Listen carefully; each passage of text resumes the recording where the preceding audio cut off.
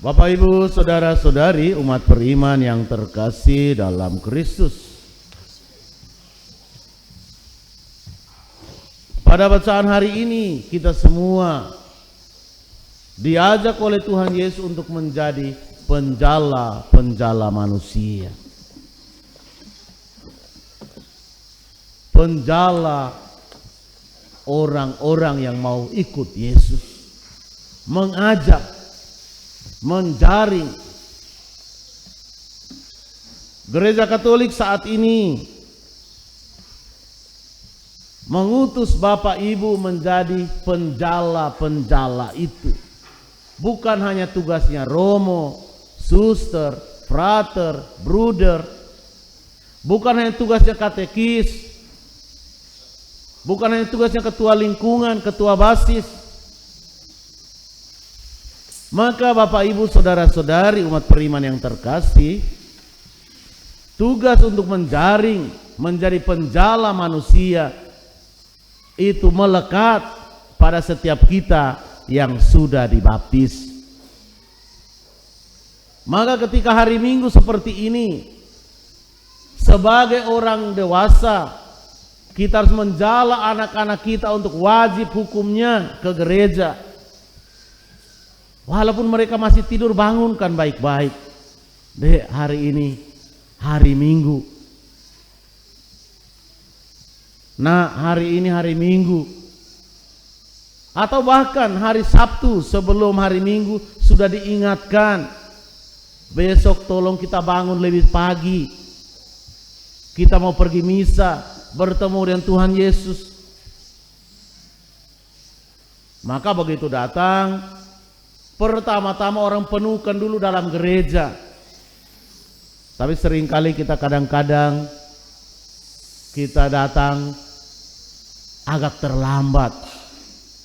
Ya, sudah mulai doa rosario hampir habis baru kita datang. Atau bahkan doa rosario sudah lewat semua. Lagu pembuka sudah lewat. Bacaan baru kita datang. Mungkin sekitar Tolonggeru ini lampu merah terlalu banyak, sehingga kita kena macet. Tapi ketika kita mau musim tanam, masih jam 5, Romo sudah tidak bisa tidur karena orang sudah teriak-teriak. Jam 5 pagi, orang sudah teriak-teriak ribut. Bapak, Ibu, saudara-saudariku yang terkasih, Tuhan Yesus hari ini menjaring Simon Petrus. Bertolaklah ke tempat yang dalam dan tebarkanlah jalamu. Petrus seorang nelayan yang tulen, tetap taat kepada Yesus seorang gunung, karena dia yakin bahwa apa yang Yesus katakan akan terlaksana.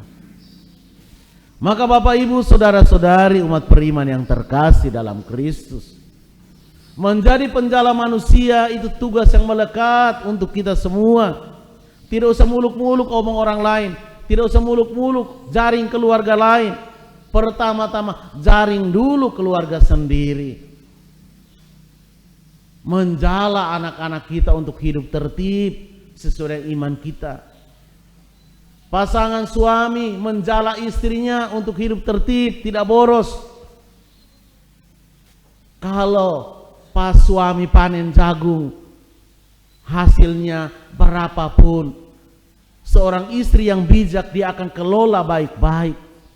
Bukan hanya sekedar pergi belanja untuk pamer, beli cincin emas, gelang emas, kalung besar-besar seperti rantai kapal. Akhirnya begitu jalan tunduk-tunduk karena keberatan rantai, keberatan kalungnya. Tapi begitu kolekte 1.000 rupiah. Kalau sudah pakai kalung besar-besar, kolekte minimal 50.000 begitu. Lalu belum sampai musim tanam berikut dia sudah store muka di BRI. Dari kalau kita ke BRI itu seringkali kita jumpa umat kita. Buat apa? Pinjam untuk modal tanam, beli bibit.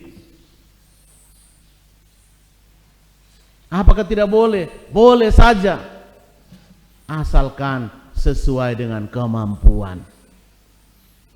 Ini bagaimana kita menjaring kehidupan kita untuk sesuai dengan pesan-pesan Tuhan. Menjala manusia adalah supaya yang jelek-jelek itu dijaring.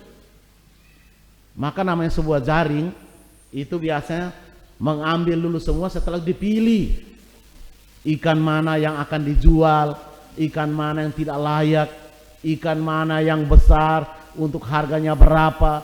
Semua itu diseleksi. Maka manusia-manusia atau kehidupan, perilaku, sikap kita yang tidak baik itu harus disaring, dibersihkan, supaya yang masuk ke rumah Tuhan, yang menjadi anak-anak Allah adalah perbuatan-perbuatan yang baik. Perbuatan-perbuatan yang tidak baik, tidak tertib, itu kita singkirkan.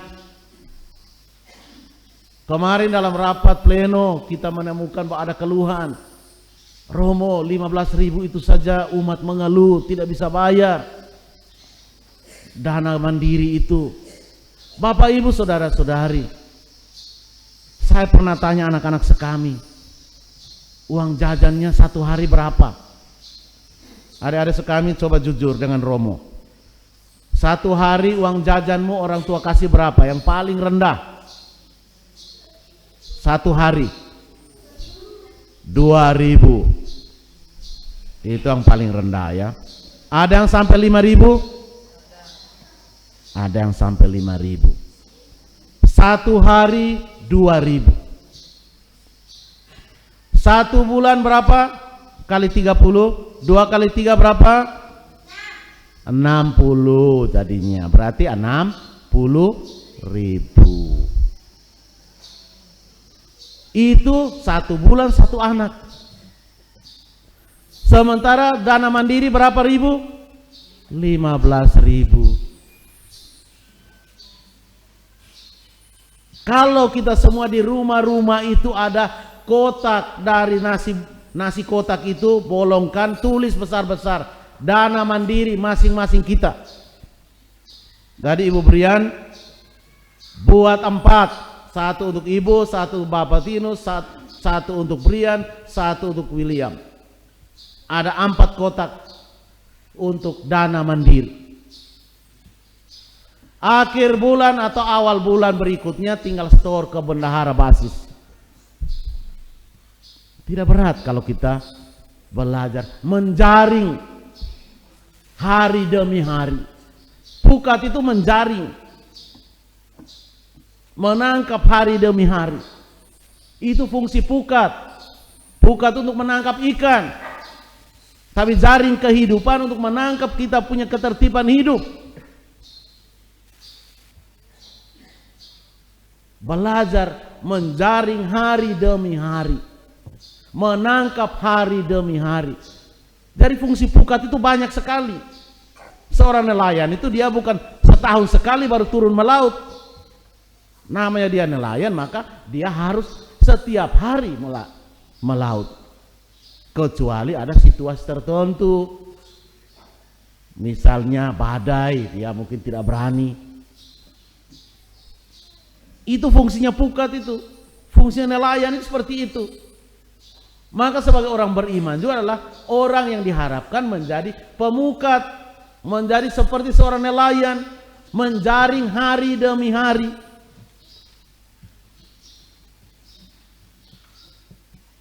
Maka kalau supaya tidak membebani keluarga kita, tolonglah belajar rapi dan tertib. Kalau anak-anak kita sudah biasa kita kasih, misalnya dia belum bisa kelola, orang tua yang harus mengelola. Tidak boleh 5.000 deh ya, 1.000 ini kita potong untuk uang dana mandiri gerejamu. Anak kan mungkin belum bisa mengelola, orang tua yang memberitahu, orang tua yang bantu mengelola. Harusnya bisa jalan. Tidak mungkin tidak bisa jalan. Kalau kita menata, kalau kita omongin mereka jujur.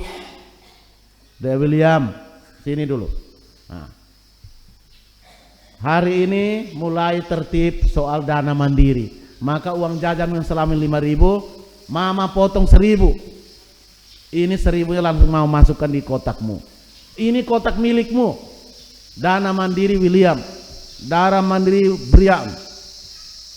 Seperti itu contoh konkretnya. Gampang kalau mau tertib. Maka Bapak Ibu saudara-saudari umat beriman yang terkasih dalam Kristus. Tapi untuk sampai pada tahap ini memang butuh perjuangan, butuh pengorbanan. Kita tentu bukanlah orang-orang yang kaya banget. Tetapi kita juga tidak boleh mengamini bahwa kita orang yang paling miskin di seluruh muka bumi dan jagat raya dan seluruh isinya. Tidak boleh seperti itu. Kenapa? Ketika kita selalu merasa diri miskin, kita tidak akan berjuang Bapak Ibu. Ketika kita selalu merasa diri menjadi orang yang selalu membutuhkan bantuan, kita akan menjadi pengemis. Padahal tangan utuh, kaki utuh.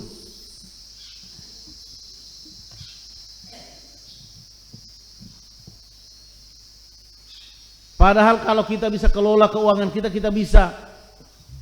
Misalnya seringkali kalau Romo biasa gaung-gaung kami para bapak yang para perokok ini.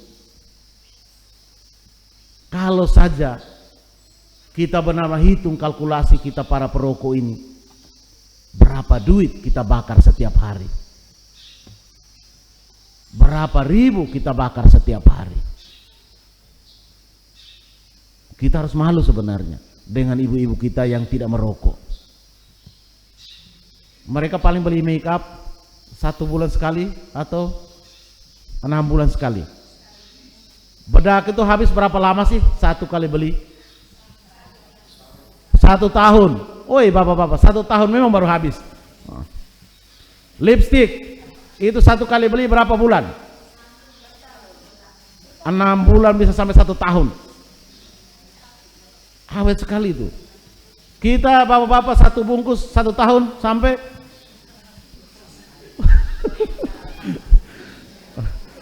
tidak sampai. Amario ketawa. Amario paling bahaya kalau 1 bungkus 1 tahun saya tidak bisa hidup ini. PS 15.000 bertahan berapa hari? 1 hari. Nah, PS 15.000 bertahan 1 hari. Ada yang tidak sampai 1 hari. Kita laki-laki manusia paling sombong di seluruh muka bumi ini. Tidak punya hati kita. Kita agak kejam. Tapi ini semua kritik secara menyeluruh untuk kita semua, termasuk Romo. Jadi Romo tidak hanya kritik bapak-bapak, tapi juga kritik Romo sendiri. Karena Romo juga bakar uang. Ini perlu untuk refleksi. Walaupun saya selalu bela diri, saya kan tidak ada beban, saya tidak ada istri anak. Hari saya mau isap rokok, kamu apa-apa terserah saya. Memang benar. Mungkin bapak-bapak juga ada alasan, saya kalau tidak isap rokok kerja tidak semangat. Padahal setelah dia keluarkan 15.000, dia kerja 1 hari hanya masuk 5.000. Kerjaan semangat itu hasilkan lebih banyak. Kalau keluarkan 15.000 masuk 150.000, itu baru namanya. Tapi kalau kita keluarkan 15.000 masuk hanya 5.000, tekor 1 hari 10.000. Jadi Ernie kontrol Edu tuh, jangan terlalu banyak rokok. Harus sedikit tegas. Tapi jangan sampai juga siram ini bensin di suami lalu bakar suami gara-gara isap rokok. Kejadian berapa bulan lalu kan seorang istri polisi, dia juga polisi kan, bakar suaminya karena apa? Judi online. Maka yang masih selama ini masih suka judol itu, bertobatlah. Awas nanti ibu-ibu pikir jahat, utang sudah banyak, mereka sudah stres, gendong anak, beli susu tidak ada. Kita di sini jarang beli susu, kecuali susu kuda saja. Nanti dia bakar engkau. Mari hati-hati. Mari hari ini kita belajar menjaring perbuatan-perbuatan yang tidak baik, kita mulai kurangi. Ini harus bertekad betul. Sebagaimana Yesus katakan kepada Petrus, bertolaklah ke tempat yang dalam. Refleksikan secara mendalam. Masuk ke kedalaman hati. Pentingkah hal ini untuk kepentingan keluarga saya? Pentingkah apa yang saya perbuat ini untuk kehidupan keluarga saya? Bergunakah untuk seluruh keluarga saya? Ini termasuk bagaimana praktisnya iman itu. Bagaimana kita khotbah berbicara tentang sesuatu yang konkret, menjadi penjala, menjaring seluruh hidup kita ini, menyeleksi mana yang baik, mana yang tidak baik. Kita harus bisa seleksi. Setelah Romo khotbah seperti ini soal isap rokok, mari kita belajar bersama-sama, berjuang, berusaha bersama-sama. Ibu-ibu juga bagaimana belajar untuk hidup hemat. Jangan hanya sekedar beli cincin, beli gelang, pakai utang. Orang lain beli motor baru, dia juga harus beli motor baru, padahal utang masih banyak, belum bayar. Orang lain beli oto, dia juga beli oto.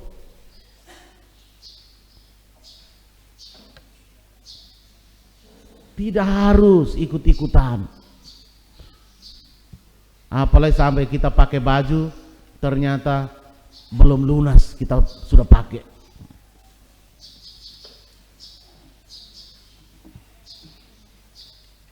Ternyata itu hasil dari cicilan di Shopee. Tiap hari Shopee datang, mau bayar bingung. Itu berbahaya. Begitu orang lain tagih dia punya utang, kita bingung. Padahal Shopee tiap hari. Bahkan kami punya nona pastoran itu tiap minggu Shopee datang terus, store muka. Semoga dia tidak ada utang ya. Kalau dia ada utang berbahaya ini. Pastor paroki harus tanggung jawab. Jangan sampai seperti itu. Karena apa? Tidak bagus untuk kehidupan kita. Mari kita seleksi. Minimal mulai hari ini kita tidak lagi membebani keluarga kita dengan perbuatan-perbuatan yang tidak rapi, tidak tertib, terutama utang piutang. Bertolak ke tempat yang dalam. Mari kita berjuang bersama-sama untuk meminimalisir, bila perlu selalu hidup dari apa yang kita punya. Hidup apa adanya kita, mencukupkan diri dengan apa adanya kita. Penghasilan sebulan kita harus cukup untuk hidup 1,5 bulan.